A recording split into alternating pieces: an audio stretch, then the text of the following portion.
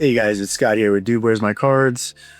Just wanted to share a little backstory of how we got started in this, hobby of buying cards and selling them and PCing and all that fun stuff. That's just kind of where we're going with it. Back in 2024, my son started playing football, so we started getting into it. And he wanted to start buying cards, so we started buying tons of cards. Not as much as we're buying now, but yeah, it was a great rookie class to get started in. Huge rookie class, and you got Jaden Daniels, Bo Nix, Drake May, Caleb Williams. It's a lot of great quarterbacks that came out of it. Anyway, so we started buying a bunch of cards. I didn't think much of it. And then we started seeing how much they were worth, and then you start digging into the hobby and you see how big it is. You're like, oh my gosh, there's a whole other industry. But it didn't just start there. So for myself, I collected hockey cards when I was about my son's age at 11. And at the time, I actually got what would be considered a case hit these days. So it was out of a hockey pro set, out of literally just a box of cards I bought at a flea market. And I bought one or two packs, the last two packs, and it was 50 cents a pack. And I just so happened to pull the Stanley Cup hologram. And this Stanley Cup hologram, there was only 5,000 ever made, and it's handwritten in ink, your number on the back. And I remember the guy that was selling them, his stand, and he was like, oh man, he saw me rip it and was like, dang, I'll give you $50 for that card, on the spot, thinking a stupid kid will be like, okay. But I just knew it was worth way more than that. And I'm pretty sure there's a guy in the crowd or that was there, and he saw it and he was just like, kid, don't sell that card, hang on to that card. So sure enough, I hung on to that card. I'm sure they had them at the time, but I didn't know anything about penny sleeves, top loaders, protective cases, all these things. So literally just kind of went into my bag of cards. And then I got this hard case to put it in. And I thought that was protecting it. And literally I kept it on display a little bit, but then, over time you get friends, you grow up, all these things. So it literally just sat in a storage case with a couple of binders of my hockey cards for close to 30 years, because a little bit older now, but I was 11 when I got this card. So it literally sat in a storage case for that long. And then, so lo and behold, back now to where I start getting into cards, I'm like, oh, hey, I have this card. Let's go find it and see if we can send it to PSA, because we started doing PSA stuff. Got the card. I was like, oh my gosh, now knowing what cards look like and what's worth grading and not, I was like, but still worth grading. So I looked at the card and I was like, ugh, I'm still going to send it anyway. Sent it to PSA, and it got slabbed and everything, but it came back a 4. I was like, oh my gosh. But if anybody knows anything about older cards, not a lot of them are Gem 10. So, and right when I got that card back, just so happened, PSA magazine came out for that month, and it was Cooper Flag, and it was the November edition.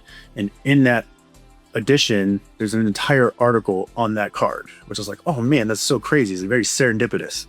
So literally talking about that specific card, not mine in general, but that card. And it was talking about, it was the beginning of doing holograms, that kind of thing. And then these case hit type things. And it was saying of the 5,000 cards, only 220 plus have ever been graded. And the highest grade there is an 8. And average grade is anywhere between a 4 and a 6. So I was like, kind of gave me a little bit of peace. I was like, okay, cool. So mine's average for most people that were out there. And then also the quality of cards, back then, don't even match to if you were to get a Downtown or Hologram or anything of today's, cards, Topps, Panini, that kind of thing, night and day. But it's super cool to have known that through my young life all the way to my adult life of just being a kid in middle school to high school to, I joined the Navy when I got out of high school. I was 10 years in the Navy, went to war, all these things, adulthood, got married, had a kid, all these things. And yet that card just sat in storage for that long, and I still have it. So, and it's one of those cards that I'll never sell. I think it's as a 4, that card's probably worth $800 or something, but that's kind of our little gem of a card that kind of really started the whole thing. But I just thought it was a really cool story. I wanted to share with you guys, and if you got any like cool old cards, like I know a lot of friends, like we grew up in the 90s era of like the Jordans and stuff like that, and then like there was great baseball and all these things. So it's like if you have any of those crazy hidden gems out there, and even if they're not like the greatest condition ever, don't be discouraged. You're not the only person. But hey man, clean it up, get it up, send it in, be graded, and if anything, it's a cool little like, you know, family heirloom for you. And like if you got kids and stuff, to share it with them, or to just share with other people that are like interested in the hobby and really enjoy cool little stories like this. You know, it's kind of like when people like find an old box of cards they didn't even know they had, and it's like, oh my god, I got all this cool stuff in there. So it's kind of a cool part of the hobby. So but yeah, I hope you guys enjoy the story.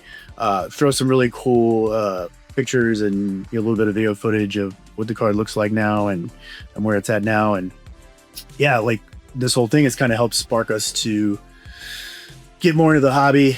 You know, just came back from Fanatics Fest, like really trying to like immerse ourselves in it and, you know, be more a part of the community and figure out what's our niche. You know, right now we're just buying cards and ripping them, and then whatever we love we'll keep, and then whatever we don't we'll just sell. So just figuring it out as we go. So but yeah, if you guys like this type of content, you guys like this story, I got plenty of other crazy stories of some cards that I've gotten and traded and sold and all this other stuff over our short little journey so far. But yeah, happy to share those stories. So give us a like, give us a subscribe. You know, really helps us to just kind of start growing and stuff and create more cool stuff like this. So if you guys have made it this far, thanks for watching, and yeah, keep your eye out for more Dude, Where's My Cards?